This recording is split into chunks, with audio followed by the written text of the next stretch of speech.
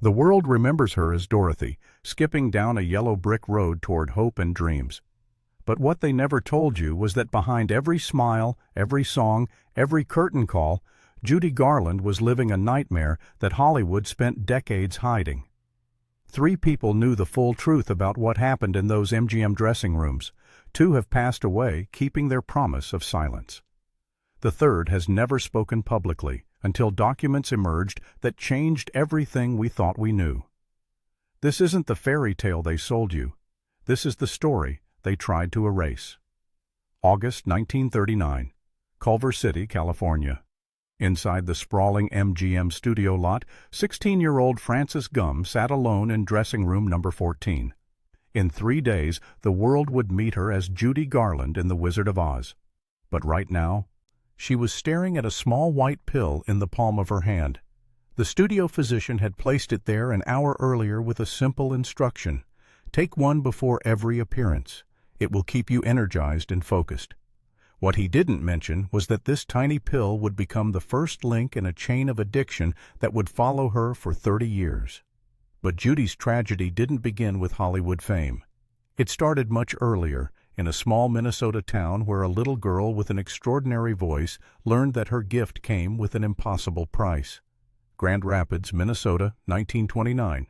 7-year-old Frances performed at her father's movie theater, and when she opened her mouth to sing, something remarkable happened. The entire audience fell into stunned silence. Not the polite quiet of adults humoring a child performer, but the breathless hush that occurs when people recognize they're witnessing something genuinely special. Her voice carried an emotional depth that seemed impossible for someone so young. Her mother, Ethel, watched from the wings and saw opportunity. Her father, Frank, watched with growing concern as he realized his daughter's childhood was already slipping away. By the time Frances turned 13, she'd been performing relentlessly for 6 years. No school dances, no sleepovers with friends, no lazy summer afternoons, just endless stages, theaters, and her mother's unwavering drive toward stardom. When Metro-Goldwyn-Mayer offered a contract in 1935, they weren't signing a talented teenager. They were acquiring a product to reshape according to their specifications. The transformation was immediate and brutal. Too heavy, the executives declared. We need to fix her teeth. That name won't work for pictures. Frances Ethel Gumm disappeared, replaced by Judy Garland. But the frightened girl underneath remained Frances, desperately seeking approval and love for who she was, not what she could be molded into. This is where the official biographies start to smooth over the rough edges, turning pain into inspiration, trauma into triumph. But the truth is far darker than the sanitized versions you've read. During the production of The Wizard of Oz, the studio placed 16-year-old Judy on a punishing regimen designed to keep her thin and energetic. Her daily diet consisted of chicken soup, black coffee, and cigarettes. 80 cigarettes a day, prescribed by studio doctors to suppress her appetite. When the grueling 18-hour production days left her unable to sleep, they provided barbiturates. When she couldn't wake for the mandatory 6 a.m. calls, they administered amphetamines. The studio euphemistically called them pep pills. Judy called them the only way to survive. But the physical manipulation was just the surface level of control. The psychological warfare cut far deeper. Louis B. Mayer, the formidable head of MGM, would summon Judy to his office for what he termed fatherly talks. During these meetings, he would compare her unfavorably to other contract players, the ones blessed with conventional beauty and perfect proportions. "You'll never be as attractive as them," he would say, his voice carrying calculated cruelty. "So you'd better sing like your entire existence depends on it." And she believed him. She absorbed every criticism, every comparison, every suggestion that she was fundamentally insufficient. The Wizard of Oz transformed Judy Garland into an immortal cultural icon. The melody that became her signature carried a message of hope and possibility that resonated across generations. But here's the devastating irony that nobody discusses. While millions of people found solace and inspiration in that song about finding your way home, Judy herself was imprisoned in a waking nightmare with no escape route. The studio owned her completely. 7 years, ironclad contract. They dictated her meals, her wardrobe, her romantic relationships, her sleep schedule. She wasn't a human being with agency. She was studio property with a monetary value. Now we reach the part of the story that Hollywood actively suppressed for decades, the chapter that reveals just how completely the system controlled every aspect of her existence. In 1941, Judy fell genuinely in love. David Rose was a gifted musician who somehow managed to see past the manufactured studio image to the real person underneath. They married quietly, and for a brief, shining moment, Judy experienced something resembling actual happiness. Then she discovered she was pregnant, 19 years old, in the middle of filming another demanding production, and carrying a child she desperately wanted. MGM terminated the pregnancy. There's no diplomatic way to phrase this truth. Studio executives informed her that motherhood would derail her career trajectory, that she represented too significant an investment to waste on domestic concerns. They arranged the medical appointment. They scheduled the procedure. They presented it as a non-negotiable business decision. Judy rarely spoke about this publicly, but decades later, in private moments with her daughter Liza, she would weep about the baby she never got to meet, never got to hold, never got to love.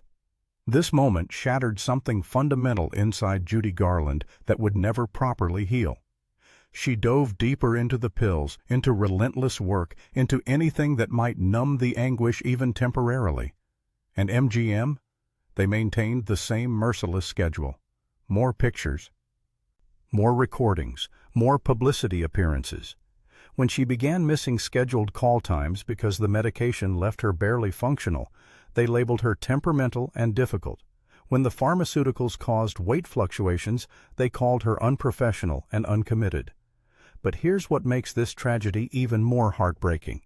Despite everything, Judy continued performing. She kept singing. She kept appearing because the stage represented the only environment where she felt authentically seen and valued.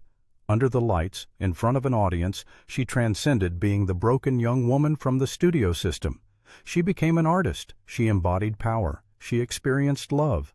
And that addiction to applause, to that rush of audience approval, became just as dangerous and consuming as her chemical dependencies. By 1950, the studio that had controlled her entire adult life decided they were finished with her. At 28 years old, after 15 years of service, after generating countless millions in revenue, Judy Garland was fired, replaced, discarded.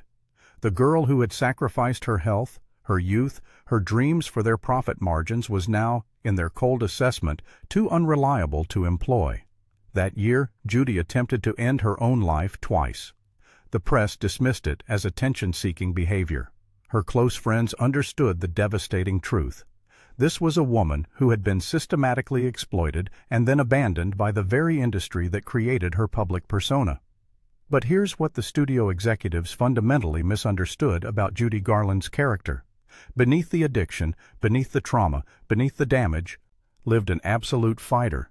In 1954, she staged one of cinema's most remarkable comebacks with her performance in A Star is Born. Her work in that film was transcendent, raw, brutally honest in ways that only someone who had lived through genuine hell could access and convey. She delivered each song like she was bearing witness to her own life story, and audiences were devastated by the authentic emotion.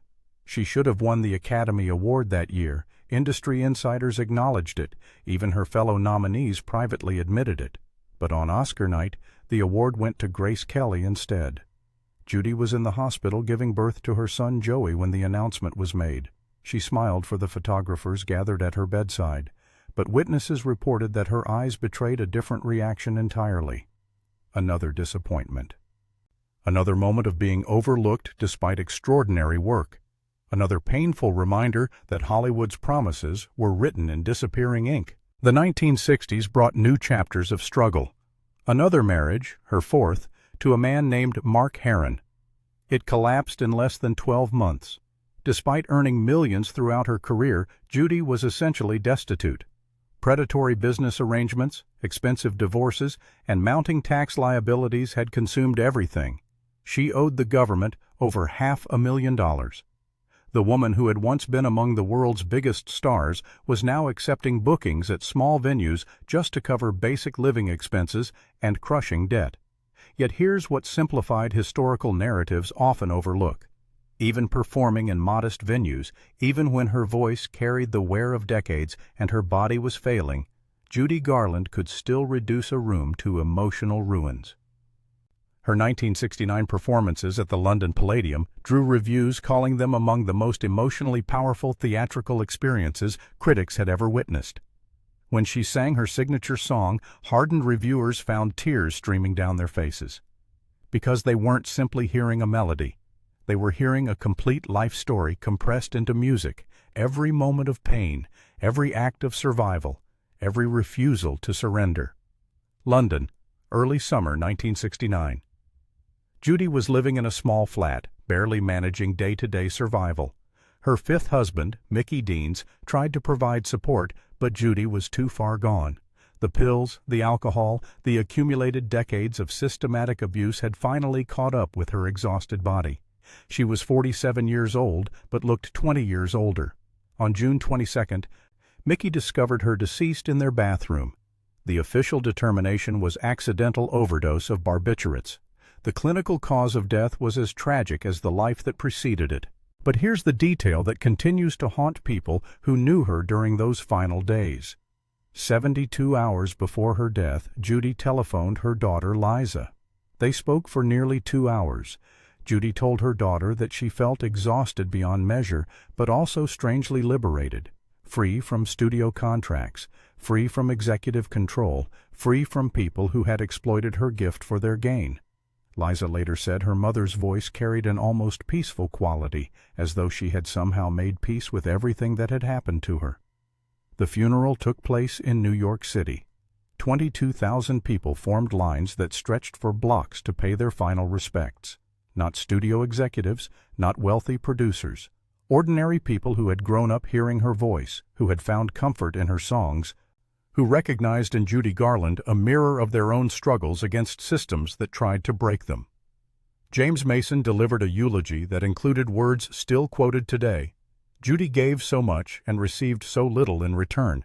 She was exploited and discarded, and we all share responsibility for what happened to her. Now here's what most documentaries and dramatic adaptations carefully avoid addressing directly. Judy Garland's story isn't merely about Hollywood cruelty or individual bad actors.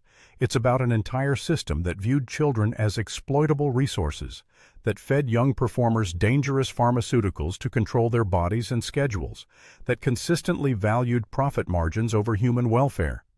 It's about how society celebrates luminous talents without asking what they sacrificed to shine for our entertainment. And it's about how one woman, despite facing systematic destruction, refused to let them completely extinguish her essential spirit. The truth is that Judy Garland died from the same force that made her famous, the expectation of constant performance. Not just performing on stages, but performing the role everyone demanded of her. The grateful starlet, the cheerful entertainer, the woman who should feel thankful for every opportunity. When all she genuinely wanted was to be recognized as Frances, the little girl from Minnesota who simply loved to sing and wanted to be valued for her authentic self. Here's the final devastating revelation that emerged decades after her death. In 2019, researchers examining archived MGM internal documents discovered memos that fundamentally altered our understanding of what happened. Studio executives knew about the pharmaceutical dependencies they were creating. They understood the psychological damage their control tactics inflicted. They recognized the toll their demands extracted, and they justified every abusive practice as necessary for business success. One memo from 1942 contained a sentence that encapsulates the moral bankruptcy of the system. She generates more value when controlled than when happy. Read that again and let its implications fully register. They consciously chose profit over her well-being, and they documented their deliberate choice in writing. Today, Judy Garland is celebrated as a legend, an icon whose voice transcended her era to touch multiple generations. But here's how she deserves to be remembered: as a survivor. A young girl who was exploited before she could defend herself, controlled throughout her adolescence, used during her adult years, and discarded when she no longer generated sufficient revenue. A woman who, despite facing all of that systematic abuse, gave the world some of the most emotionally powerful musical performances ever recorded. A woman who deserved infinitely better treatment than what she received from an industry that consumed her. That famous song became an anthem for dreamers everywhere, a promise that somewhere beyond difficulties lies a better place. But for Judy, that better place remained forever just beyond reach. She spent her entire existence chasing it, searching for that space where troubles dissolve and she could finally be free to simply exist as herself. She never arrived there, not in the way she deserved. But through her music, through her performances, through the unflinching honesty of her pain, she left us something more valuable than any neat, happy ending. She left us the unvarnished truth. And perhaps that represents the greatest gift any artist can offer to the world.